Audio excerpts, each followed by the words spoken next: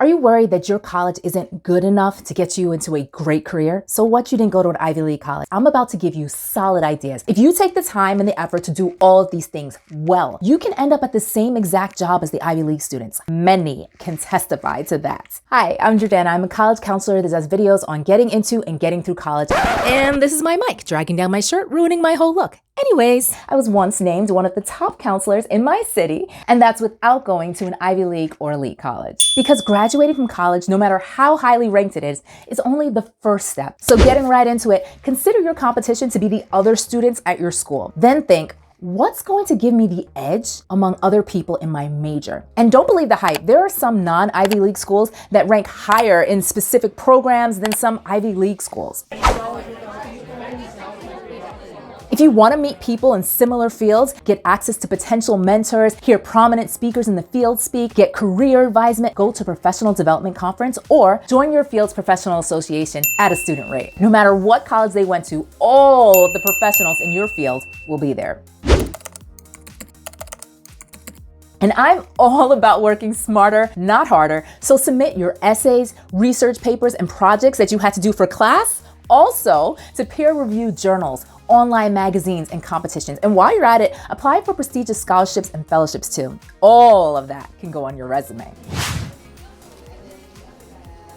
Classes in your major aren't your only chance to learn either. If you visit your professors during office hours, like, hi, just popping in to say hi, I don't really have much to say, but I love class today and I just had a few questions about you can learn about their career path, you can get advice, and because you're one of the few students who will actually be stopping by, they might also put you onto some upcoming opportunities or work with you on a research project. You can also volunteer to be a tutor or a TA. And whether you do it during the summer or the school year, interning, shadowing, or getting a related job will give you experience, and some companies hire from their interns. If you're not exactly sure or you're torn between majors, the Career Center can help. And you don't have to wait until you graduate to use the alumni network. You can ask about internships while still in college. New things pop up randomly, so I say just randomly pop up often. Have you ever met someone in a great job and you ask, how did you get that job? And they go like, oh, it was a friend of a friend of a friend. That could be you. Joining clubs and activities and sports and even doing community service with other students is also the start of building a network. I know that sounds so official, a network, but really it's just showing an interest in other people, taking the time to ask them what they're interested in, what they can do, and if you can, helping them. And then they in turn can recommend you to jobs or alert you of opportunities that they hear about. Or when your future boss one day says to you, we need to find someone outside the company who can do X, Y, and Z, you can be the problem solver or the point person on that project because you have a long list of contacts you can call on. Now, if you want to build your self-confidence, like to feel like you can hold your own in any room and sound like you know what you're talking about, start participating in class discussions, ask questions, form a study group, and be extra. Read some of those optional suggested readings on the syllabus. It will challenge you to learn on a deeper level, and it's going to help you remember what you learned later so you can bring it up in casual conversation.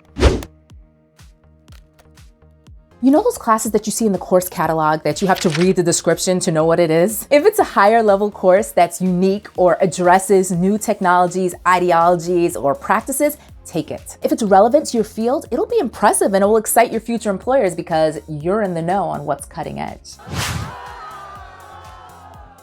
If you want an easy way to improve your leadership, communication, and problem-solving skills, and you want to show employers that you are potential management material, think about becoming an RA.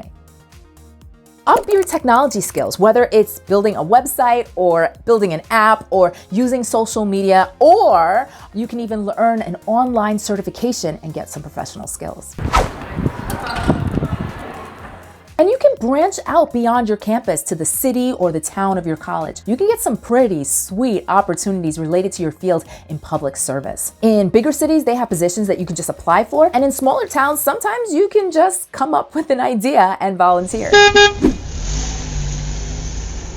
And if you want to be extra resourceful, aka stalkerish, Check out postings from nearby colleges regarding recruitment fairs, guest speakers, whatever it is, go. Now, I feel like I'm giving you gems here. I mean, all that advice about extracurriculars that you heard in high school still applies, but you already know that. I'm not wasting your time. If this video is helping you, could you give this video a thumbs up just so that it could spread to more students like yourself? Because we're on the rise. We're bucking the system and thriving. So become an interesting person by taking risks and trying new things even outside of your major. For example, study abroad. Check out this video to see all the advantages for your career.